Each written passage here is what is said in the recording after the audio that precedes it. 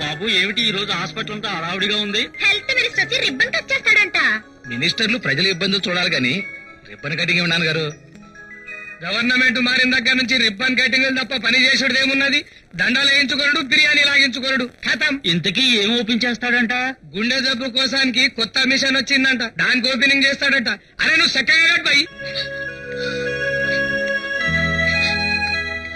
పాపని కొత్త వాటిలో తీస్తామన్న డాక్టర్ భవానీ గారు. స్ట్రక్చర్ తీసుకురమ్మా. మినిస్టర్ గారు వస్తాడంట పేదోళ్ళంతా పనికి. మంత్రి గారు రాగానే మీరందరూ గులాబీ రేకులు విసురుతారు. ఇక్కడికి రాగానే నేను దండ వేస్తాను. సరోజా సిస్టర్ ప్లేట్ అందిస్తుంది, మంత్రి గారు రిబ్బన్ కట్ చేస్తారు. ఓకే?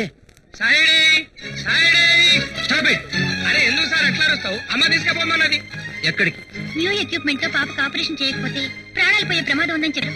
అని మంత్రి గారు రాకుండా ఓపెన్ చేస్తే రేపు మన ఉద్యోగాలు పోయే ప్రమాదం ఉంది. ప్రాణాల కంటే మన ఉద్యోగాలు గొప్పవి కావు సూపరింటెండెంట్ గారు. అది కాదు డాక్టర్. సారీ, ఈ దేశంలో ఏ మంత్రి చెప్పిన టైంకి ఓపెనింగ్ రాలేదు. ఆయన రాక కోసం ఎదురు చూస్తూ ఈ పిల్ల ప్రాణాలు రిస్క్ లో పెట్టడం అన్యాయం. అవును మళ్ళా ఓపెనింగ్ కోసం చూస్తే పిల్లల క్లోజింగ్ అయిపోద్ది. అరే మంత్రి పోతే కొత్త మంత్రి వస్తాడు సార్, పిల్ల పోతే ఆడికెళ్ళి వస్తుంది. అది కాదు డాక్టర్, ప్రాక్టికల్ ప్రాబ్లమ్స్ నే ఫేస్ చేస్తాను. వైద్య వృత్తి చేపట్టే రోజు ప్రాణాలు కాపాడుతామని శపథం చేశాం గానీ ఉద్యోగాలు కాపాడుకుంటామని ప్రమాణాలు చేయలేదు. రండి. Health minister Umamaheswar, health minister Umamaheswar, health minister Umamaheswar, health minister Umamaheswar, health minister Umamaheswar, health minister Umamaheswar, health minister Umamaheswar, ఆరోగ్య శాఖ మంత్రి ఉమామహేశ్వరు, ఆరోగ్య శాఖ మంత్రి ఉమామహేశ్వరు, ఆరోగ్య శాఖ మంత్రి ఉమామహేశ్వరు, ఆరోగ్య శాఖ మంత్రి ఉమామహేశ్వరు, హెల్త్ మినిస్టర్ ఉమామహేశ్వరు గారు. నమస్కారం సార్. నమస్కారం. సారీ కోటేశ్వరరావు గారు, కొంచెం ఆలస్యం అయింది. ముహూర్తం దాటిపోయిందా? సారీ సార్, ఓపెనింగ్ జరిగిపోయింది. మంత్రిని పిలిచి ఇంత అవమానిస్తారా? మీ ఆవిడ డాక్టర్ భవానీ గారు ఎంత చెబుతున్నా వినిపించుకోకుండా బలవంతంగా రిబ్బన్ తెంచుకుని మరీ లోపలికి వెళ్ళిపోయారు. ఏ తప్ప? తప్పున్నారా? నేను పబ్లిక్ లో మొహం ఎత్తుకోవాలా? ముఖం చూపించుకోవడానికి మంత్రుల చరిత్రలేవి అంత గొప్పగా లేవులేండి. ఏ మంత్రి చరిత్ర చూసినా పైల చాటును ఉంటూనే ఉన్నాయి. భవానీ ఒక సోషలిస్ట్ గా భావించి ఆనాడు మిమ్మల్ని పెళ్లి చేసుకున్నారే గాని ఇలా పార్టీలు మార్చి పదవిలోకి వస్తారని తెలిస్తే ఎందుకులేండి. ఎదురుగా కూతుర్ని మనవరాల్ని పెట్టుకుని ఏనాడో జరిగిన మన పెళ్లిని గురించి మాట్లాడి ఇప్పుడు పరువు తీసుకోవడం దేనికి? హాస్పిటల్లో సర్జరీ బ్లాక్ ఓపెన్ చేసి పరువు తీసావుగా. పరువు కాపాడాను. కాపాడావా? ఎలా? 10 నిమిషాల ఆలస్యమై ఆ పిల్ల ప్రాణాలు పోయి ఉంటే ఆరోగ్య శాఖ మంత్రి కోసం ఒక పసిపాప ప్రాణాలు బలి తీసుకున్న ఆసుపత్రి అని ఇంత అక్షరాలతో పేపర్లు వేసుండేవారు. అప్పుడు పరే కాదు, మీరు ప్రేమించే పదవి కూడా పోయి ఉండేది. అరే ఇదేమిటి? కాకరకాయ కూడా నాకు ఇష్టం లేదని తెలిసి కూడా వేసేమిటి? నాకు అక్కర్లేదు. డయాబెటీస్ కు మంచిదండి. నేను అసలు ఫోన్ చేయను. అమ్మా భవానీ, రాన్నయ్య. ఏమ్మా ఈ రోజు హాస్పిటల్లో ఏదో అప్పుడే మీ దాకా వచ్చిందా మావయ్య? రాకేం చేస్తుంది? ఈ కాలంలో పోలీసు వాళ్ళు ప్రజాసేవకులు కాదమ్మా, పార్టీ సేవకులు అయిపోయారు. బావగారు మంచి వేడి మీద ఉన్నారేమిటి? భోజనం కాస్త వదిలేసి వెళ్ళారు. ఈ పార్టీ నాయకులకు పెళ్లాలేగా తిట్టడానికి తేరగా దొరికేది. ఊరుకోమ్మా, నాన్న మీదకు మరీ ఒంటికాల మీద వస్తావు. లేకపోతే ఏమిటే? మాట బెదిలితే అలా చిన్నపిల్లలాగా అలిగి వెళ్ళిపోతారేమిటి? మావయ్య నువ్రా నాన్నగారిని భోజనానికి తీసుకెళ్ళి. Good afternoon aunty. Daddy hi darling, how are you? నాకంటే ముందు బయలుదేరావు, ఇప్పుడు దాకా ఎక్కడ ఉన్నావా? సార్, హాస్పిటల్లో జరిగింది తెలిసింది. ఇంట్లో మినీ కురుక్షేత్రం జరుగుతుంది కదా, అది అయ్యాక వద్దామని గార్డెన్ లో కూర్చున్నా. అసాధ్యుడు అయ్యా, మీ మామగారు ఆకపానం మీద ఉన్నారు. దింపుదాం పద. పద. ఇదిగో అన్నయ్య, అక్కడికి వెళ్లి మా చెల్లెల చేత సారీలు క్షమాపణ చెప్పిస్తామని ఒప్పుకోవద్దు. నేను చెప్పను. సరే అంతే.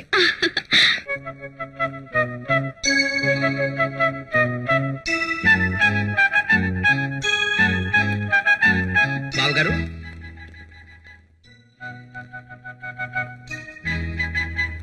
బావగారు ఏమిటి అలా ఉన్నారు? ఒంట్లో ఏం బాగాలేదా? ఏమీ లేదు. ఒంట్లో బాగాలేదనే పేరుతో నా చేత రాజీనామా చేయించాలన్నా? అది కాదు బావగారు, అమ్మాయి ఆర్గ్యుమెంట్ లో కూడా ఒక లాజిక్ ను గమనించారు. ఏమిటా లాజిక్? ఆ పాప చనిపోయి ఉంటే నిజంగానే పరువు పోయి ఉండేది మావయ్య గారు. అమ్మ చేసింది తప్పేననుకో. కాదు, రాతయ్య ఆకలిస్తుంది. విషయం వేరేనమ్మా, నీకు తెలియదు. ఉండు. ఇదేమైనా అసెంబ్లీలా వాకౌట్ చేయటానికి? అమ్మయ్య, నవ్వేశారుగా, ఇక రండి భోజనానికి. పదండి బాగా పదండి. సరే పద. Master Yes! మన మాస్టరే. నా దగ్గర కరాటే నేర్చుకునే నా శిష్యురాళ్ళ ధైర్య సాహసం టెస్ట్ చేయాలని ఇలా వచ్చాను. మీ అందరికీ చాలా సార్లు చెప్పాను, ఒక మగవాడు మిమ్మల్ని అటాక్ చేస్తే ఎక్కడ కొట్టాలో ఎలా ఫైట్ చేయాలని. కానీ కానీ మీరంతా ఏం చేశారు?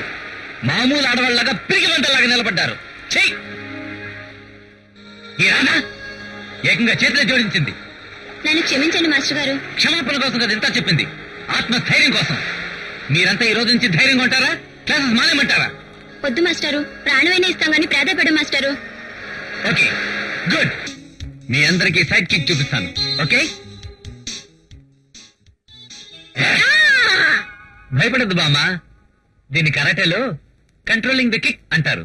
ఏవి లింగో, ఇంకాస్తుంటే ఈ అన్నపూర్ణమ్మ దవడ అప్పడంలా పేలిపోయేదే. నోందో బామ్మ గారు, ఏమీ అవదు, కావాలంటే మళ్ళీ చూపిస్తాను. వద్దులే నాయనా, నువ్వు చెయ్యగలవని నాకు తెలుసు. చూడు నాయనా, రేపు నా మనవరాలు అమెరికా నుంచి వస్తుంది. ఆహా. దానికి కూడా హు, హ, హు. అర్థమైంది బామ్మ గారు. ఇదేమిటబ్బా, రేపు కదా వస్తానంది. అది కదా బామ్మగారు, అమెరికా టైంకి మన టైంకి 12 గంటలు తేడా ఉంది. మీరే పొరపాటు పడి ఉంటారు. మీరు చూడండి. మొదలవే పడిపోతానే. గ్రాండ్మా, ఇంత బలిసిపోయేవేంటి? నా గురించి రోజు ఏడుస్తున్నావా? బలవడమేమిటమ్మా, చిక్కిపోతాను. ఐ మీన్ బలవటం అన్నా చెక్కటం అన్నా ఒకటి కదా?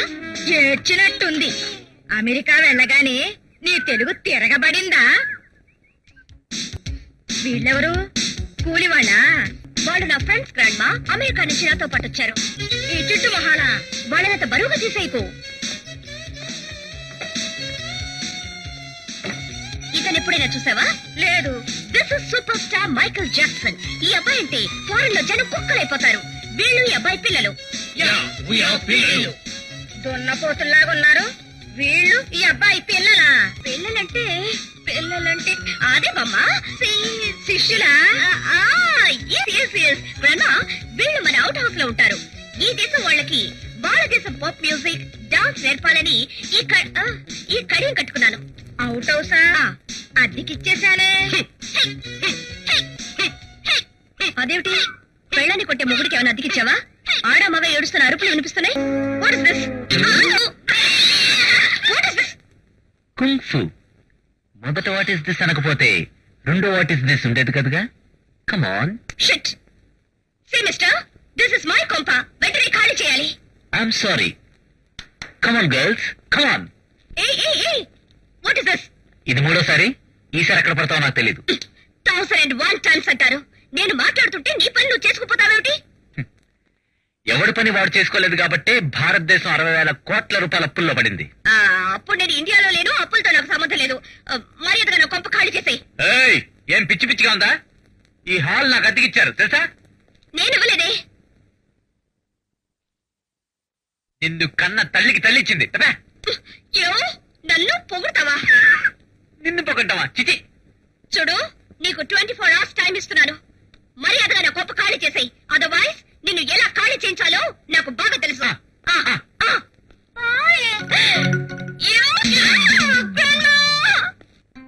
అమ్మో, నాయనే, నా వల్ల కాదు బాబాయ్. నాన్న కాపా నాన్న, ప్లీజ్ నాన్న, వచ్చేస్తున్నానా నాన్న. చూడు నాన్న, అది గంపడి కుంకుడుగాయలు పెట్టింది. గంట సేపులో నా జుట్టంతా పీకేస్తుంది. ఇదిగో, ఇలాంటి స్టోరీలు చెప్పి 4 రోజులుగా తలంటి పోసుకోకుండా తప్పించుకుంటున్నావు. ఏది ఒకసారి చూడండి. నీ తలవాసన కంటే ఆ డ్రైనేజీ కాలువ కంపు బెటర్. ఏయ్, కొట్టానంటే లేకపోతే దానికి షాంపూ ఉందిగా, కుంకుడిగా రసమే కావాలని. దాంతో ఎందుకురా గొడవ? పోయి తలంటుకు రావచ్చు కదా. దానికి సేవలు చేసుకోవడం ఇష్టం అయితే గవర్నమెంట్ హాస్పిటల్ ఎలాగో నర్సుగా పనిచేస్తుంది కదా, అక్కడ చేసుకోమను. అక్కడ నేను సిస్టర్ నేను, ఇక్కడ నీకు మదర్ ని కూడా నేనే. ఫాదర్ నేను ఉన్నాను కనుక సరిపోయింది, లేకపోతే ఫాదర్ కూడా అదే. విన్నావా? ఇక్కడ నాన్న, ఇది చాలా అన్యాయం, దారుణం.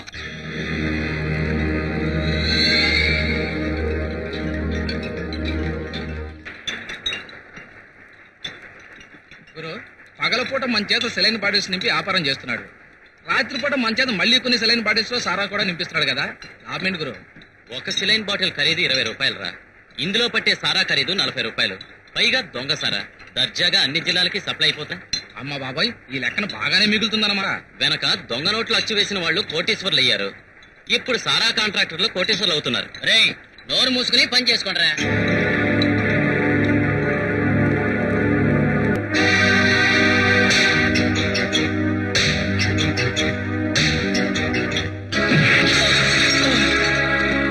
వ్యభిచారం చేసేదాని చెవులు బాగా పనిచేస్తాయి. పోలీసు విధులు వినటానికి. చీకటి వ్యాపారం చేసేవాడి కళ్ళు ఇంకా బాగా పనిచేస్తాయి. నీలాంటి వాడిని పట్టుకోవటానికి.